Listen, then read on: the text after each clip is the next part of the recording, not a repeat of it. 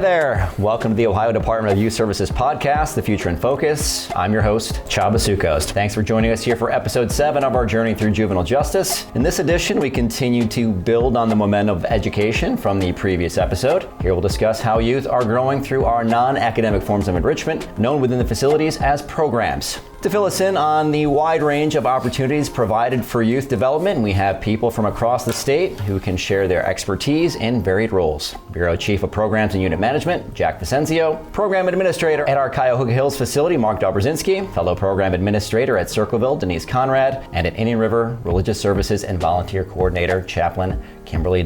Welcome, everybody. Before we get into the many ways we engage our youth through our programs here, please share us a little about yourselves in terms of your backgrounds, your roles, and your experiences here at DYS. Jack, we'll start with you. In October, we'll be 27-year veteran from the department. So I've had multitude of roles to start with as a correctional officer into recreation, social work, unit management, all the way up through, acting superintendent and deputies, investigator. So I've had a multitude of roles. Currently, the Bureau Chief of Programming and Unit Management. Just enjoy working with young people and giving them opportunities, and have stuck with it and made a career of it. Thank you for your service. It's obviously 27 years, a long time. Denise, we'll switch to you. I have been since 1995, I think 29 years.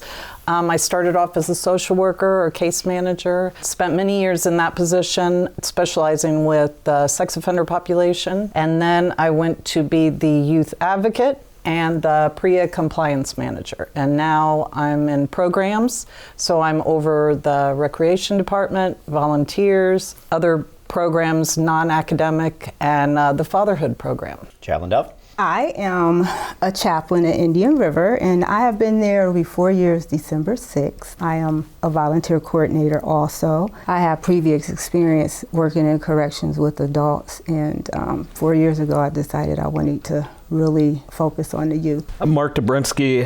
I'm the Reentry coordinator at Cuyahoga Hills Juvenile Correctional Facility. Been with the state for 31 years, all at Cuyahoga Hills. I started out as a general activity therapist. I was a recreation administrator. I was a deputy superintendent of both program services and of direct services for about 12 years, and I've been in this role for the last 4.5, 5 years. Lots of varied roles, lots of touch points throughout the agency for all of us here. Jack, when we go back to you here, we're talking about programs. That's a very vague term in a lot of respects, but within the DYS realm, what does programs include? Programs include a lot of different areas. I'll speak specifically to mine. Education is a program, but it doesn't fall under our umbrella. When you're talking about this bureau and its umbrella and what these folks do, and unit management. So we have case managers who run cognitive behavioral therapy and victim awareness groups like that, individuals, and then we have recreation, who puts on 1 hour recreation, large muscle recreation for all of our youth. And in that same realm, hosts intramural activities against other facilities, and sometimes we get colleges to come in and play against our kids in basketball or whatnot. We also have religious services and volunteer services. That has a wide range of opportunities to impact young people. And we also have a federal grant, the PrEP grant, which we have a whole nother program that not only affects our young people in our facilities, but throughout the state. In different regions. From what I recall, it's basically just a very adult way of looking at sex education, looking at relationship development, just trying to give young people a good basis of how to move forward as selves, but then also with other people. Financial literacy, I know, tends to fall in that umbrella as well. So, Mark, we know the what's. Why are programs important? I think on the most basic level, Chaba, it's really about educating the kids on an array of different life experiences, teaching them life skills. I think a big part is ultimately making them better individuals each day than what they were when they arrived with us, right? And a lot of this has to do with exposing them to things that they may never have experienced, things that they may have never been provided for prior to coming to DYS. And I think the last part of that's important is that the providers of these programs, that they provide inspiration to our kids, and ultimately they provide hope for a better tomorrow for them. Denise, that can be in any number of subjects or areas. What for you, when you're putting together these programs or pitching ideas to incorporate for these kids? What are some of the larger subjects or things that you're trying to really hope these youth take away from programming? Well, what we've just tried to focus on is basic stuff: building your credit, writing a resume, communication skills in job interviews, how to dress, how to get an apartment. It's those basic skills that we take for granted that these kids, they need to know. Finances is the big one. How to find a job, how to get there on time. So we try to get as much of that programming in as we can. How to be a father, how to relate with your child. I remember, we made a trip to Circleville not too long ago for a program there that just got off the ground, had that first cohort going through, clean program, and I remember you saying something there that stood out to me, because there are life lessons going on in there that even youth anywhere would certainly be useful, financial literacy and whatnot. So it's obviously something that can be impactful for us, not just for the youth as well. Absolutely. Chaplain Dove, we'll switch to you right here. One of the main challenges our youth face is just this limited view of the world. It's very, very self-centric. Could be kind of an environmental situation, could be a self-defense mechanism from their experiences and whatnot. What do you do with the work at Indian River to help these young men realize there's more to life than just themselves and their wants and needs in that way? One of the first things I do is assessments on them. Building relationships for me is key to everything, for being able to tap a little deeper into what we see on the outside. And once I do that and get them to trust me and be confident, we can start having conversations where I'm listening to find out what their needs are. Faith is huge to me. A chaplain doesn't care what your belief system is. They just care that you have something that's greater than you, that's going to help you navigate through those challenges. That's what I start out with. It's like an apple. You keep slicing away pieces and you get to that core, but the beautiful thing is that seed. And so using faith and programs and finding volunteers that have a passion is what's going to make it more successful. For you mentioned needs. What are some of the needs that our youth are facing and trying to fill? A lot of our youth have been just born into bad circumstances, live in areas where there's challenges. They want to live and they want to be free. How do we change their thinking that they can do that? Education is huge. Being able to gain knowledge, reading skills, faith, relationships, shattered relationships. How do we mend those? Those are all things that they talk about. This person's not speaking to me. I'm not good at school, so I don't want to go. And being able to identify with them. I wasn't good at school either, but I have 3 degrees. And for me, that's key, because when I look at them, I do see me. Might have not had all of the challenges. I don't have a record, but I've been broken. So I can identify with those needs and acceptance. And sometimes we look at them and we can have biases, and that has to fall off so that we can see deeper and listen to them so that we can know what they need and be able to provide that. Yeah, knowledge is a big part of what we do, just because the more kids are aware about themselves and what all is out there, the more they could be in tune with something that really speaks to them, whether it's a purpose, whether it's something beyond them, like faith and spirituality, which I know you're obviously instrumental in terms of getting that foundation for our young men. Tapping into that further, Jack. The basis of education within DYS is obviously getting those degrees, high school diploma, GED. Once they get that, a lot of times youth are still putting in their mandated time to serve within the facilities, so we have to keep them going and growing in that way. One of the things that we kicked off this year and we're further developing is the BUILD program. It's come up on the podcast multiple times. Refresh our memory what it's all about. BUILD is an acronym for the Buckeye United Industry and Leadership Development Program. To make this relevant, we had to realize there is a much higher percentage of graduates and older kids in our population. Mandatory minimums, and kids are with us longer. In turn, they're getting credits, they're passing tests, GED tests. So we're seeing a higher percentage of graduates. And so the need was to really focus on curriculum and structured programming for that group. It's always been a challenge for us as a department to program that group of kids because it happens at different times. Mm-hmm. It's not you got a graduating class and then all of those kids can start in this program. You have a kid here, he passed the OJT test and he's now got credits, and so it's not a closed group you can kind of manage. So you got to develop some kind of open format for them. What we've done with BUILD is really mapped out what are the needs for our young people right now. So that's in phases. The first phase is really developed to establish some soft skills. Let's establish a foundation, because our kids don't have trouble getting jobs, they have trouble keeping jobs. In that first phase, we learn a lot of different things that are self-regulatory skills, as well as tapping into Ohio Means Jobs and all of the resources with that, and also going into some of the financial literacy that she talked about, just workplace etiquette, how to talk to each other and how to talk to a potential supervisor. And so a lot of the first phase was built and is built on, let's establish a foundation here. You talked about how other kids could benefit from that. I think this is a lot of our population right now with uses of technology and phones. They don't sit down and talk as much as they maybe did in your day or even further back in my day. The second phase, looking at focusing on hands-on training, in-person vocational training and workshops and short cycle certifications, as well as partnering with Google and developing the Google Workspace, allowing technology to kind of guide some of our ability to connect with these other vendors and partnerships that we can have to prepare them for the certifications that they need. So then when they do get out into the third phase of the program, get well-paying jobs that they'll want to keep and that they can provide a service when they go back into the community. So it's always growing. What's nice is that there are a lot of partners that want a partnership with us. There are a lot of people and there are a lot of opportunities in all three of our regions. So we've launched and built at all three facilities. We've programmed over 100 graduates for a significant period of time, and we're really starting to see some good data as it relates to that too.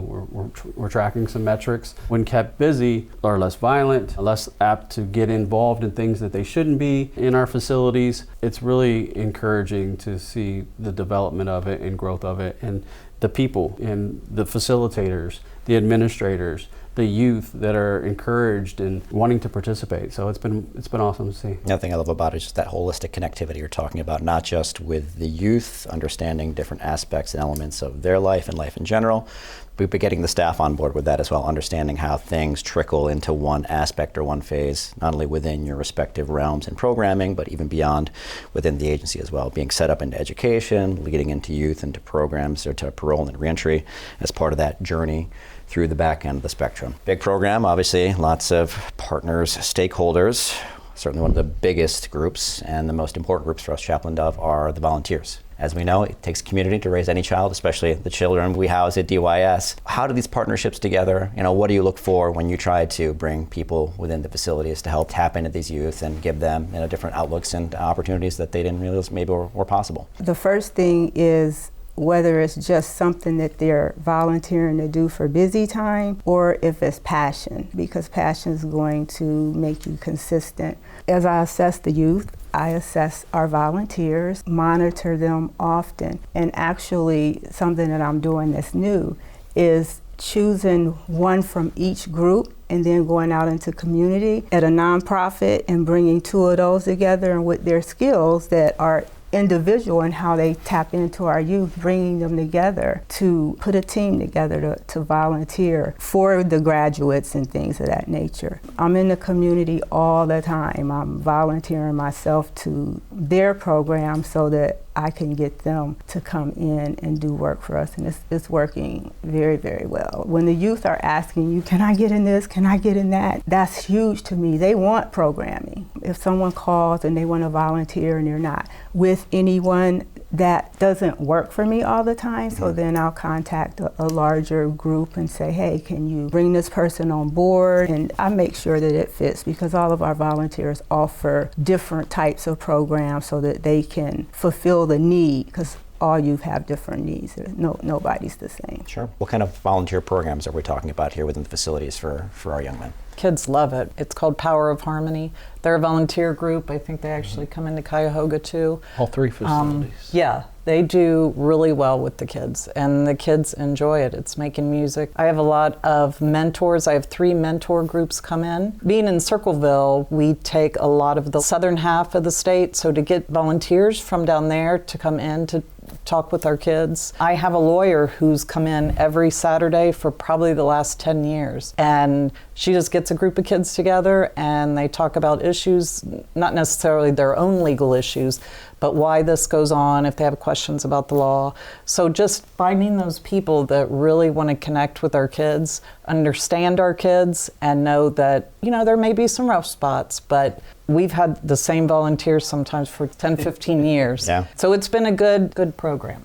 I think we've been very fortunate to have a number of truly dedicated volunteer groups, and I think sometimes, Chaplain Dove could probably appreciate it's a matter of being able to balance them all, because there can be overlap, but for a lot of them, we've had a number that have been there over 5-6 years. Youth for Christ, they come in routinely during the intercessions. They teach the kids how to cook. They do Bible studies with the kids on Tuesdays. We have True Freedom Ministries that come in and they teach the youth workforce development, how to relate to people and resolve conflict in the workplace. Getting ahead while getting out is an enormous one that really helps the city of Cleveland kids who are returning to those neighborhoods, how to navigate it, giving them mentors to assist them and be a phone call away when they need help or they need advice or they need to be able to vent to. There's a number of them, and I think like when Denise talked about Power Harmony, it's kind of neat. They're now in Texas, they're in Florida, but they started out here in Ohio. They started at Cuyahoga Hills, Indian River, Circleville,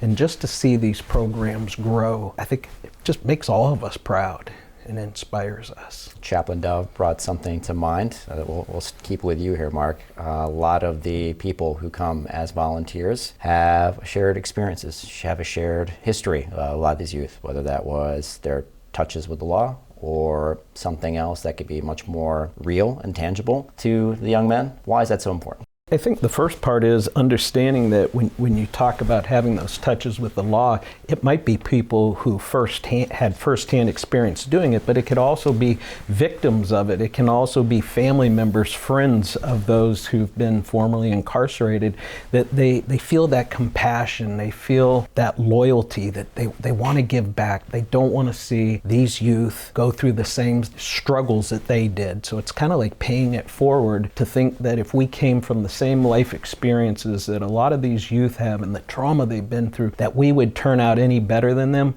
that'd be pretty egocentric of us. Yeah, very limited for sure. Denise, there's no better foundation for a young person than family. I know a big thing we try to do from start to finish when a youth is sentenced to DYS is to make sure the family is involved all throughout the process. Mm-hmm. With the programs that you do, how do you keep the families connected with the young men? For one, we have family days, we have regular visits, but we also connect them in our community service programs. They may write cards. We have a CrossFit program that comes in, not only hooks the kid up with a CrossFit agency when they leave, they also get in touch with the family through Build and through other programs. Just communication, the fatherhood, it's how do I talk to my child? How do I talk to the child's mother? We do a lot on the units as far as obviously phone calls, Zoom visits. We try to get more and more. And it's understandable that some parents are kind of, I've been through all this with my kid. I don't want to come visit. And that's when, like Mark and Chaplain said, that's when your volunteers come in, because they're there to mentor the kid. They're there to be like, okay, I'm here for you. I'm coming in every day at Wednesday, and I'll be there for you. It's understandable. You've burned a lot of bridges, so we really work on that connection. Now, you mentioned that through those either volunteer experiences, but I know something we're trying to get off the ground here more and more is this Bonding Through Books program, just because we have a lot of young fathers within the facilities. The thing I've noticed since we started producing these videos is there is such an effusiveness and such a love and affection that you can just see.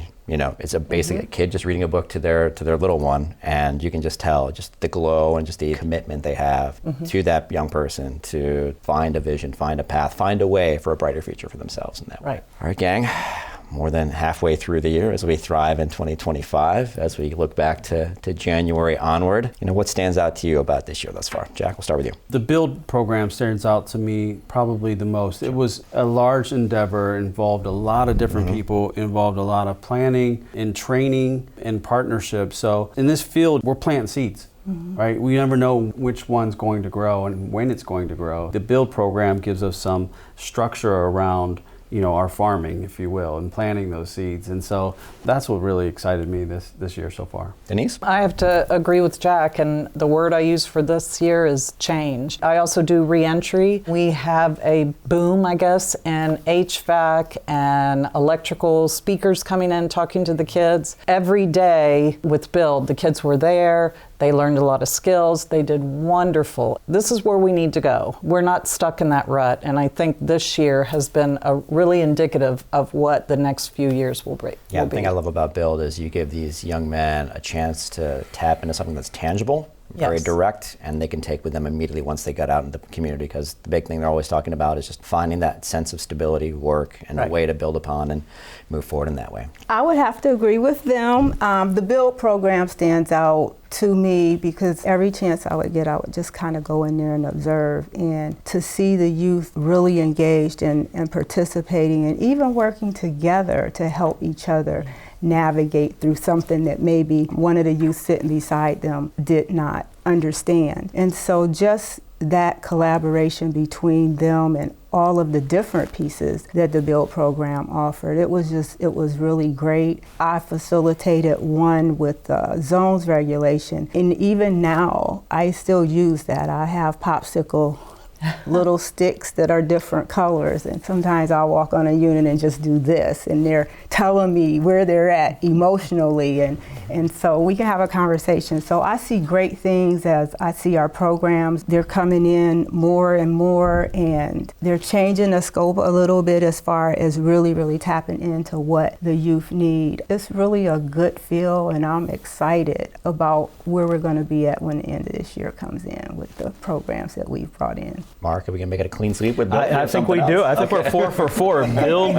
Jack, Build was, that's a game changer, right? It's a game changer in these young people's lives. I think beyond that, Denise kind of hit on the career speakers. I just think we continue to appreciate the fact that the best people to educate these youth about careers are the people living those careers on a daily basis. We've started a reentry unit, and it's evolving as we build it, no pun intended, but the big part is revamping some of those programs. So we've had like a financial literacy, but now every kid going to that reentry unit gets that before they leave. And then just the evolution, working with our volunteer groups, the core ones, with evolving. How can we do the programs they do better? How can we impact these young kids' lives in a better way? Final thoughts as we are building momentum to keep hammering that pun home. What are we looking forward to this year and beyond? Just because I know Build is obviously a big part of it, just because there's so many ways we can keep growing and evolving that aspect of it. But Continuing to grow as an agency. Our leadership has challenged us to work with other areas, work with other partners. For me, moving forward, not just with Build, but a lot of different programs and opportunities is to work with other areas within our own agency and explore outside of our agency and who are our stakeholders, how can they help us, who are our potential vendors and contractors, and how can they support the work that we're doing. Denise? We have a new vocational building starting yeah. in Circleville, and my kids are really excited about it. And it's nice for me, I guess, that we have a kid for 5 years, 6 years, and we see them start here, and now we're going to get back to taking them off grounds for jobs. What Jack was saying in the second part of Build, where they're going to go and get a career. It's like they're growing up, and it's very fulfilling as in a selfish way. It's like, okay, you got this, kid. You can do it. And you know what? It's okay if you fail. You just pick yourself up and you go back at it, and we're here for you. It's not conditional, it's unconditional support. It's all about building that resilience, understanding that mistakes are going to happen. It's not the end of the world. Failures are going to happen. It's just a matter of, just like you said, picking yourself back up and understanding to stay that path. Chaplain Dove? I would say change and reformation. One of the great things that I see with like the family days and things of that nature is that as staff we're serving and we're getting involved in those days, and we're connecting with parents, and youth are sharing some of the things that we're doing, and then you have parents calling in. And not only are we changing the inside, but we're trying to change where they're going home to, getting in those homes by phone calls that are not solicited by us, but by them voluntarily calling in. So I see a big change holistically, and it's really exciting. Yeah, that's why we're so involved with the families, making sure that they have the best possible environment and atmosphere to walk back into. Sound family, sound youth, one family, one community at a time is what we say. So, Mark, close it out with you here. I truly believe that the need for our programs is so great that our response has to be that we have to have a loud calling going out to our volunteer groups, our providing organizations, to our volunteers, educating them about the backgrounds our kids come from and sharing with them more and more so they can relate better to what that need is. And I think that ultimately motivates the volunteers and these organizations to come, and it inspires them to work with our kids. And from there, everything else just takes off. These opportunities, whether it's volunteers or things like our reentry days, which I know are big at all facilities, especially at Cuyahoga Hills. The more familiarity we get on the outside, the more bridges, the more support systems we have for these young men to find whatever they're looking for, to find their best possible selves. Jack, Denise, Chaplain Dove, Mark, thank you very much for your time. Appreciate it. Coming up on our next episode, we'll explore the broadest spectrum of DYS, that being community-based innovations and solutions. We'll talk to Deputy Director Mike Garrett and others about the division that starts by funding hundreds of community programs to deter tens of thousands of youths from the justice system, all the way through empowering paroled youth transitioning back to the community. Be sure to subscribe to the Future in Focus podcast and let others know about it too. You can find us on Apple Podcasts, Spotify, Amazon Music, iHeartRadio, or watch our video recording right here on the Ohio DYS YouTube channel. Thanks for listening and watching. We look forward to having you with us for our journey through juvenile justice here at DYS.